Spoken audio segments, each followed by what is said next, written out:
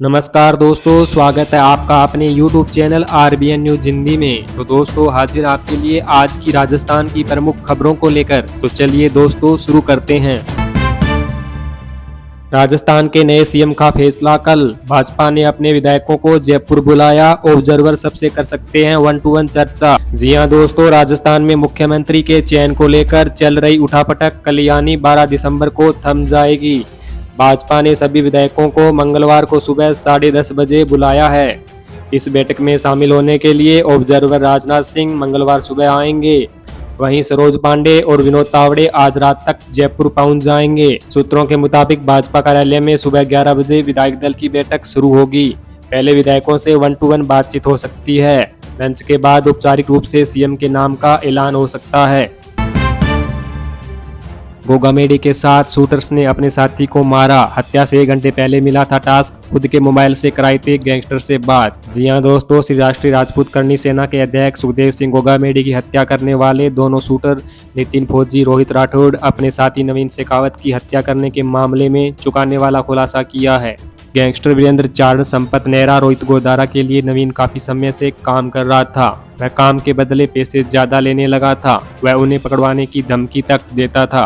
सूत्रों के मुताबिक नवीन के पास वीरेंद्र चारण सहित गैंगस्टरों की ऑडियो रिकॉर्डिंग थी। इसके आधार पर कई बार वीरेंद्र चारण को यह भी बोल चुका था कि उसके पास कई सबूत है। इसके आधार पर वह जब चाहे उन्हें पकड़वा सकता है। हत्या से 1 घंटे पहले नितिन फौजी और रोहित राठौड़ की नवीन सिंह ने अपने ही मोबाइल से वीरेंद्र चारण से बात कराई थी। इसके बाद दोनों शूटर को नवीन को भी मारने का टास्क दिया गया। इसकी जानकारी नवीन के पास भी नहीं थी।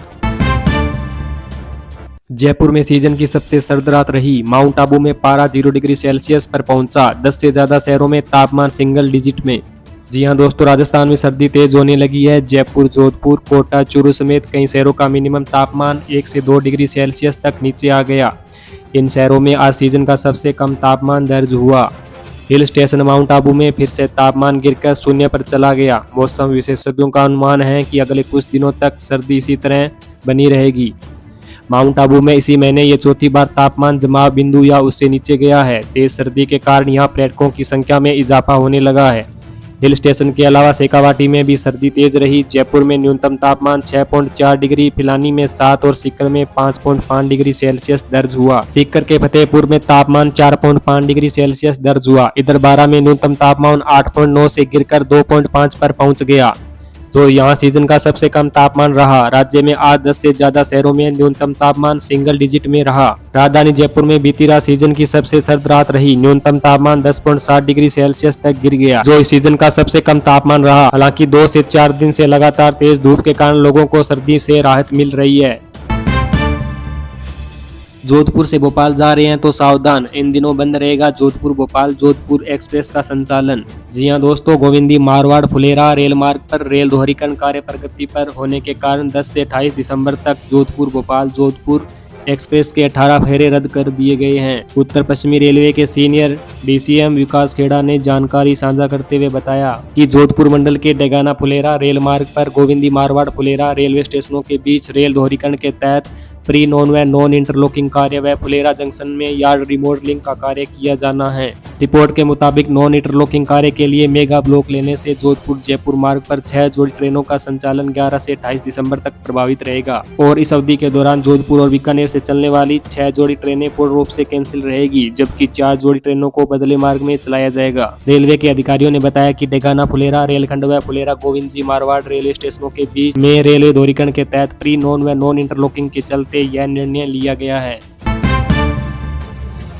अगले 7 दिन पुलिस रिमांड में रहेंगे गोगामेडी के हत्यारे, पुलिस ने कराया मेडिकल। जी हां दोस्तों, करनी सेना के अध्यक्ष सुखदेव सिंह गोगामेडी की हत्या में शामिल 2 शूटर समेत 4 आरोपियों को राजस्थान पुलिस ने गिरफ्तार कर लिया है। सोमवार सुबह चंडीगढ़ से गिरफ्तार तीनों आरोपियों को राजस्थान पुलिस ने मजिस्ट्रेट के घर पर पेश किया, जहां से आरोपियों के 7 दिन की पुलिस रिमांड मंजूर कर ली गई।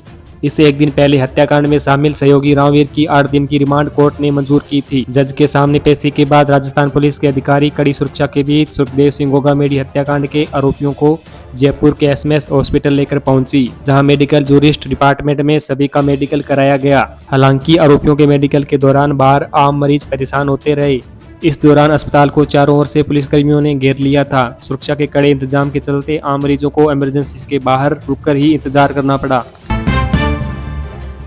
यात्रियों को रेलवे का तोहफा, क्रिसमस और न्यू ईयर पर चलेगी स्पेशल ट्रेन। जी हां दोस्तों, क्रिसमस और नए साल पर रेलवे में यात्री भार को देखते हुए रेलवे विभाग ने एक तरफा ट्रेन का संचालन किया है। यह ट्रेन दिल्ली सराय रोहिल्ला से इंदौर के बीच संचालित होगी। इस ट्रेन का संचालन आज से शुरू होगा। दिल्ली से इंदौर 931 किलोमीटर का सफर करीब 18.5 घंटे में पूरा होगा। क्रिसमस और न्यू ईयर और स्कूली बच्चों की छुट्टियां होने से ट्रेनों में यात्री भार बढ़ जाता है। दिसंबर माह को टूरिज्म सीजन माना जाता है, इसके चलते बसों ट्रेनों में यात्री भार अधिक रहता है। उत्तर पश्चिमी रेलवे के प्रवक्ता के अनुसार आज से शुरू हो रही दिल्ली रोहिल्ला इंदौर ट्रेन का एक तरफा संचालन होगा। रेलवे द्वारा अतिरिक्त यात्री भार को देखते हुए यात्रियों की सुविधा हेतु दिल्ली सराय रोहिल्ला इंदौर स्पेशल रेल सेवा का संचालन किया जा रहा है। गाड़ी संख्या 04007 दिल्ली सराय रोहिल्ला इंदौर स्पेशल रेल सेवा आज 11 दिसंबर सोमवार को दिल्ली सराय से रात 9:25 पर रवाना होगी। अगले दिन दोपहर 3:30 बजे इंदौर पहुंचेगी। इस ट्रेन में एक third AC, 9 second sleeper, 7 second साधारण श्रेणी, एक गार्ड डिब्बे समेत 18 डिब्बे होंगे। इस ट्रेन के शुरू होने से आवागमन में यात्रियों को काफी सुविधा होगी। कांग्रेस विधायक राकेश मीणा ने किरोड़ीलाल मीणा को मुख्यमंत्री बनाने के लिए प्रधानमंत्री को लिखा पत्र। जी हां दोस्तों, राजस्थान में मुख्यमंत्री के चयन पर संशय बना हुआ है। चुनाव के नतीजे आए 1 सप्ताह से अधिक हो गया है, लेकिन मुख्यमंत्री के लिए भाजपा कोई रास्ता नहीं निकाल पाई है। ऐसे में रेस में चल रहे भावी मुख्यमंत्रियों के समर्थक और जातीय संगठन अपने अपने नेताओं को मुख्यमंत्री बनाने की मांग कर रहे हैं। यहाँ तक कि इस मामले में अब एक कांग्रेस विधायक भी पीछे नहीं है। इस बीच गंगापुर सिटी से कांग्रेस विधायक और राजस्थान आदिवासी मीणा सेवा संघ के अध्यक्ष राकेश मीणा ने भारतीय जनता पार्टी के आवाकमान को पत्र लिखकर राज्य में आदिवासी नेता किरोड़ीलाल मीणा को राज्य का मुख्यमंत्री बनाने का आग्रह किया है। मालूम हो कि किरोड़ीलाल मीणा सवाई माधोपुर से भाजपा के विधायक है। वो पहले राज्यसभा सांसद थे। विधायक चुने जाने के बाद उन्होंने राज्यसभा से इस्तीफा दे दिया। कांग्रेस विधायक राकेश मीणा ने कहा कि आदिवासी मीणा सेवा संघ के अध्यक्ष के रूप में उन्होंने इस संबंध में प्रधानमंत्री नरेंद्र मोदी, गृह मंत्री अमित शाह और भाजपा प्रमुख जेपी नड्डा को पत्र लिखा है। गंगापुर विधानसभा क्षेत्र से कांग्रेस विधायक राकेश मीणा ने कहा, मैंने नरेंद्र मोदी, अमित शाह और जेपी नड्डा को पत्र लिखकर समुदाय की भावना से अवगत कराया है कि किरोड़ीलाल मीणा को मुख्यमंत्री का पद मिलना चाहिए। उन्होंने कहा कि किरोड़ीलाल मीणा ने बहुत संघर्ष किया है और कई आंदोलनों का नेतृत्व किया है। पिछले रविवार को घोषित हुए विधानसभा चुनाव के नतीजों में भाजपा की जीत हुई थी। उसे 199 में से 115 सीटें हासिल हुई थी, लेकिन पार्टी अब तक मुख्यमंत्री को लेकर फैसला नहीं कर पाई है। पार्टी ने भाजपा विधायक दल की बैठक के लिए रक्षा मंत्री राजनाथ सिंह सहित 3 पर्यवेक्षकों को नियुक्त किया है। विधायक दल की बैठक की तारीख की घोषणा अभी होना बाकी है। राज्य की 200 में से 199 सीटों पर 25 नवंबर को चुनाव हुए थे। भारत दक्षिण अफ्रीका पहला टी20 चढ़ा बारिश की भेंट, टॉस से पहले रद्द हुआ मैच। जी हां दोस्तों, भारत दक्षिण अफ्रीका के बीच पहला टी20 मैच शुरू ही नहीं हो सका क्योंकि बारिश थमी ही नहीं और मैच बारिश की भेंट चढ़ गया। यह मैच दक्षिण अफ्रीका के किंग्समीड में खेला जाना था। खेल प्रशंसकों को इस मैच के न होने से मायूसी जरूर हुई, लेकिन अगला मैच मंगलवार को 12 दिसंबर को होना है, इसलिए वे खुश हो सकते हैं। पिछले दिनों ऑस्ट्रेलिया को 5 मैचों की सीरीज में 4-1 से हराने के बाद अगले साल होने वाले टी20 वर्ल्ड कप की तैयारियों पर नजर गड़ाई टीम सूर्य कुमार यादव मेजबान दक्षिण अफ्रीका के खिलाफ शुरू हो रही 3 मैचों की टी20 सीरीज से पहले मुकाबले में मैदान में उतरने के लिए तैयार थी। इससे पहले बारिश के कारण टॉस में देरी हो रही थी। टॉस 7 बजे होना था। अगर मैच शुरू नहीं होता तो 8-10 मिनट के बाद से ओवरों का कटना शुरू हो जाता है और कम ओवर का मैच खेला जाता है, लेकिन लगातार हो रही बारिश के कारण पहले मैच को रद्द करना पड़ा। आर्टिकल 370 पर सरकार के कदम पर सुप्रीम कोर्ट ने लगाई मुहर, जानी फैसले की 10 बड़ी बातें।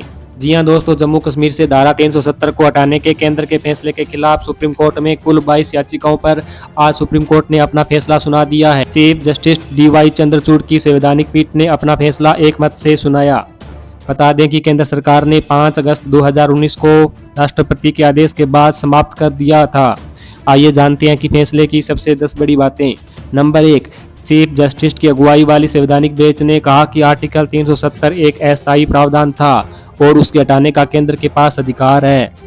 नंबर 2, आर्टिकल 370 को हटाने की प्रतिक्रिया संवैधानिक तौर पर सही थी। राष्ट्रपति के पास उसे हटाने की शक्ति नहीं थी क्योंकि विधानसभा भंग थी। इस फैसले के लिए विधानसभा की सहमति जरूरी नहीं थी। नंबर 3, अदालत ने साफ कहा कि आर्टिकल 370 एक अस्थायी प्रावधान ही था, इसके विलय के प्रावधानों को लागू करने के लिए ही लाया गया था। नंबर 4, अदालत ने कहा कि जम्मू कश्मीर की कोई सहप्रभुता नहीं थी। राज्य का जब भारत के साथ विलय हुआ था तो उसने अपनी सहप्रभुता को भी भारत में विलीन कर दिया था। नंबर 5, आर्टिकल 370 हटाने को लेकर कोर्ट ने कहा कि हम इसमें कोई संवैधानिक खामी नहीं पाते।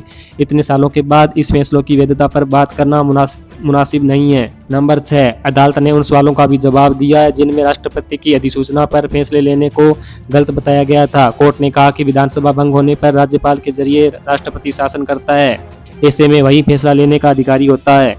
नंबर 7, सुप्रीम कोर्ट ने केंद्र सरकार से कहा कि वह जम्मू कश्मीर का राज्य का दर्जा बहाल करे।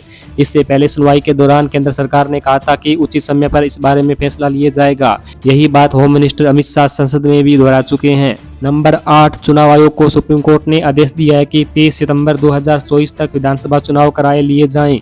नंबर 9, अदालत ने कहा कि अन्य राज्यों की तरह जम्मू कश्मीर की भी कोई संप्रभुता नहीं है। जम्मू कश्मीर के महाराजा हरि सिंह ने जब विलय का फैसला किया था तो संप्रभुता को भी विलीन कर दिया था। और नंबर 10, आर्टिकल 370 को लेकर 5 जजों की बेंच ने कुल 3 फैसले लिखे। इन फैसलों में भले ही अलग अलग बात कही गई, लेकिन उनका निष्कर्ष एक ही है।